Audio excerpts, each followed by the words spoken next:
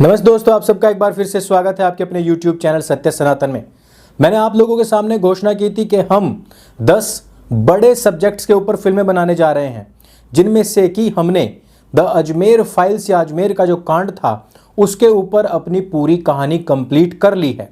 आज से तकरीबन ठीक 3 साल पहले मई का ही महीना था, 29 मई सन 2020 को मैंने ट्वीट करके इस बात की घोषणा भी कर दी थी। आज उसी को लेकर के बहुत बड़ी खबर आई है। मैं आप लोगों से इस बात को शेयर करते हुए काफ़ी हर्ष और उल्लास में हूँ और मैं आपको बताना चाहता हूँ कि जब भी कोई किसी सच्चे व्यक्ति को, हमारे बड़े बुजुर्ग कहते हैं कि सच्ची आत्माओं को कभी परेशान नहीं करना चाहिए क्योंकि उनका श्राप बहुत दूर तक लगता है।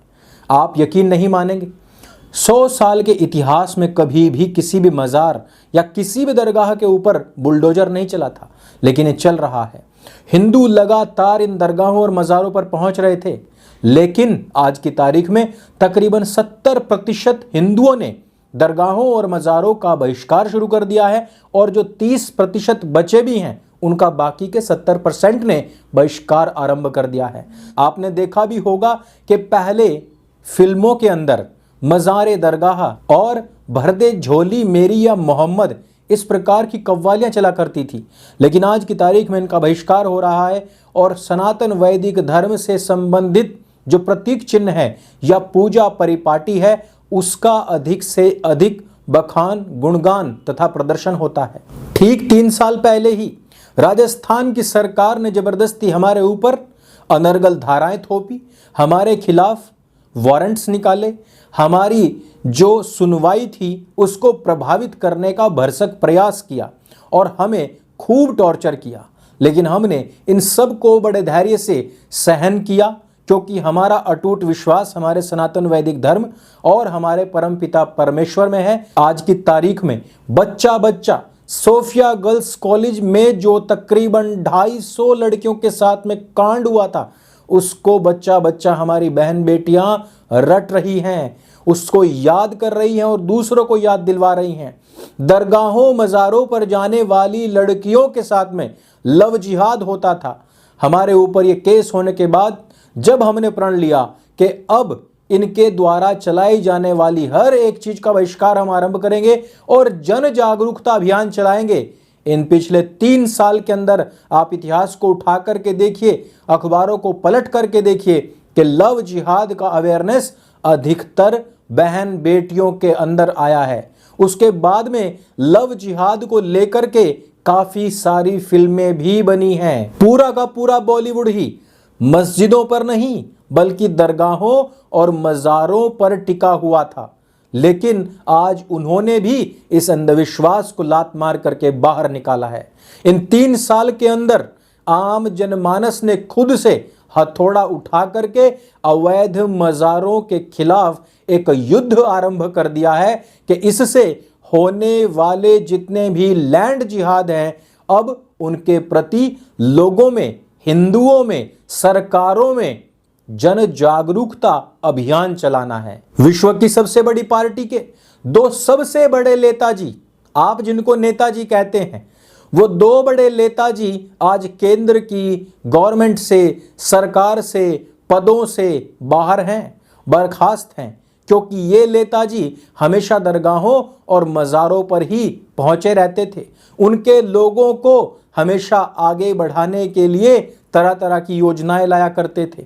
जब देखा गया कि आम जनमानस की मांग क्या है, मांग ये है कि इन नेताओं को तुरंत साइड किया जाए, बाहर किया जाए, अन्यथा हिंदू समाज का ये जो फिलहाल का सेंटिमेंट है जिसको बार बार आहत किया गया, इन्हीं दरगाहों और मज़ारों से हमारे हिंदू सेना नायकों के खिलाफ फतवे निकाले गए, उनके सरतन से जुदा करने के लिए वहां से पैसा देने की बात की गई, तब जाकर के विश्व की सबसे बड़ी पार्टी, दल और संगठनों को यह बात का आभास हुआ कि हिंदू अब इस प्रकार के सेक्युलरिज्म या इनके तुष्टीकरण की राजनीति को सहन और वहन नहीं करेगा।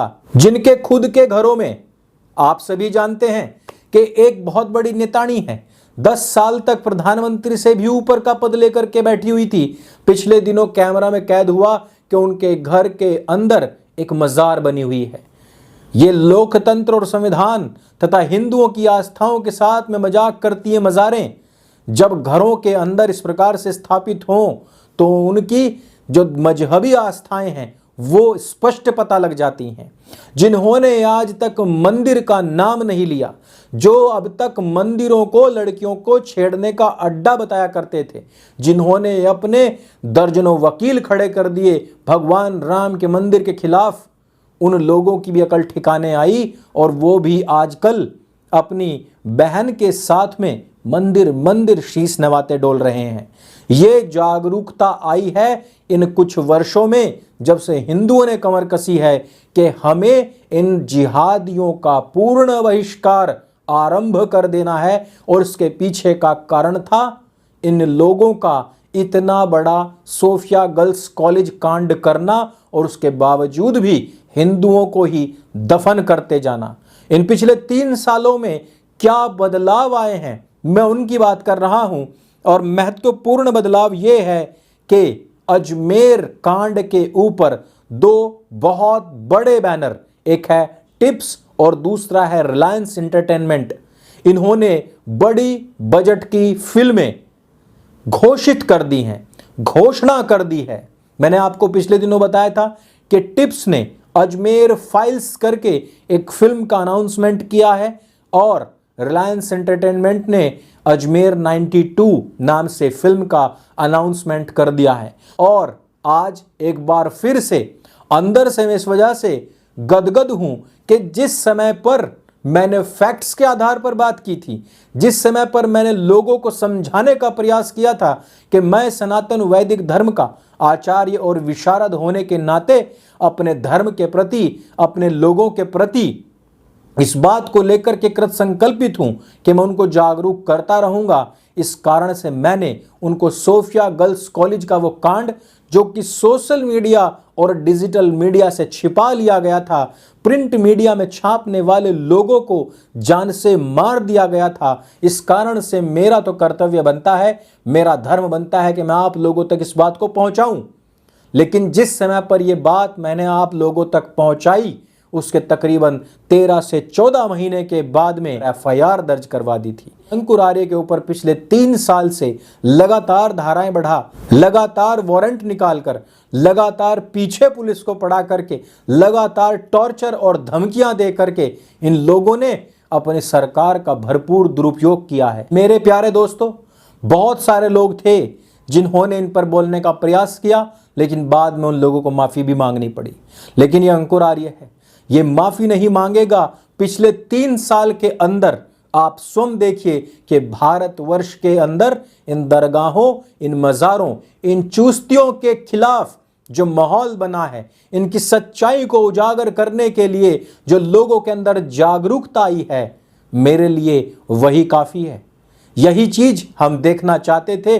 जो डेवलपमेंट हिंदुओं के दिमाग के अंदर हुआ है, जो डेवलपमेंट भारतीय जनमानस के अंदर हुआ है, यही हम देखना चाहते थे। और ये वो डेवलपमेंट है जो 100 साल में नहीं हुआ, आज़ादी के 75 साल के दौरान नहीं हुआ। ये डेवलपमेंट पिछली मई से लेकर के इस मई के दौरान तक हो चुका है। वो उन लोगों की बहन बेटियां नहीं थी जो कि फांसी पर झूल गए, जिन्होंने साइनाइड खा करके जान दी, जिन्होंने की गोली मार करके स्वयं को जान दी। वो हम सब हिंदू भाइयों बहनों का परिवार था और हम सब ने उनकी ईंट से ईंट बजाने की बजाय खुद ही सेकुलरिज्म का चोला ओढ़ करके बैठ गए।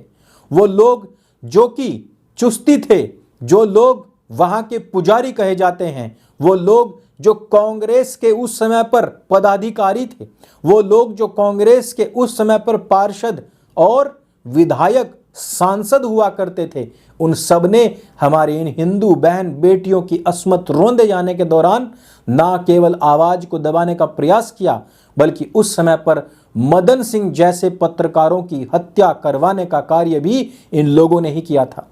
बाद में उनके सुपुत्रों ने मिलकर के 31 साल के बाद में इन कांग्रेसी लीडर्स का सफाया भी किया था।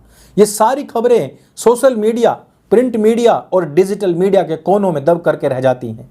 जबकि राहुल गांधी ने एक बार कहा था कि भारत एक रेप कैपिटल बनता जा रहा है। लेकिन राहुल गांधी ये भूल जाता है कि 1992 तक लगभग 2 या 3 साल के दौरान कांग्रेस के नेता, विधायक, पार्षद और उनके जिला अध्यक्ष दरगाह के चुस्ती कर क्या रहे थे। पूरे भारत के ऊपर यह सबसे बड़ा कलंक है और इस बात को आपने जाना, इसको शिरोधार्य किया, अपने लोगों को जागरूक किया और उसी जागरूकता का ये परिणाम है कि ये सारे डेवलपमेंट्स आप लोगों के सामने हैं और बड़े बड़े बैनर अब इन पर फिल्म भी बनाने जा रहे हैं। एक बात अंत में मैं कह देना चाहता हूं कि अगर इन फिल्मों में कहीं पर भी सेक्युलरिज्म दिखाने का प्रयास किया गया, कहीं पर भी स्टोरी को मिलाइन करने का प्रयास किया गया, इसको तोड़ मरोड़ करके दिखाने का प्रयास किया गया, तो ये औंधे मुंह भी उतने ही जोर से गिरने वाली हैं। अगर आपको हमारी ये मुहिम, हमारा ये छोटा सा प्रयास अच्छा लगा तो आप इसको सबके साथ में शेयर अवश्य करें और ये जो चैनल है ये आपका अपना प्लेटफॉर्म है, इसको स्वयं भी सब्सक्राइब करें और अपने मित्रों से भी करवाएं। हमारी 10 फिल्मों को सपोर्ट करने के लिए आप इस UPI ID पर भी अपना योगदान दे सकते हैं। मेरे संग बोलिए सत्य सनातन वैदिक धर्म की जय। जय हिंद, वंदे मातरम।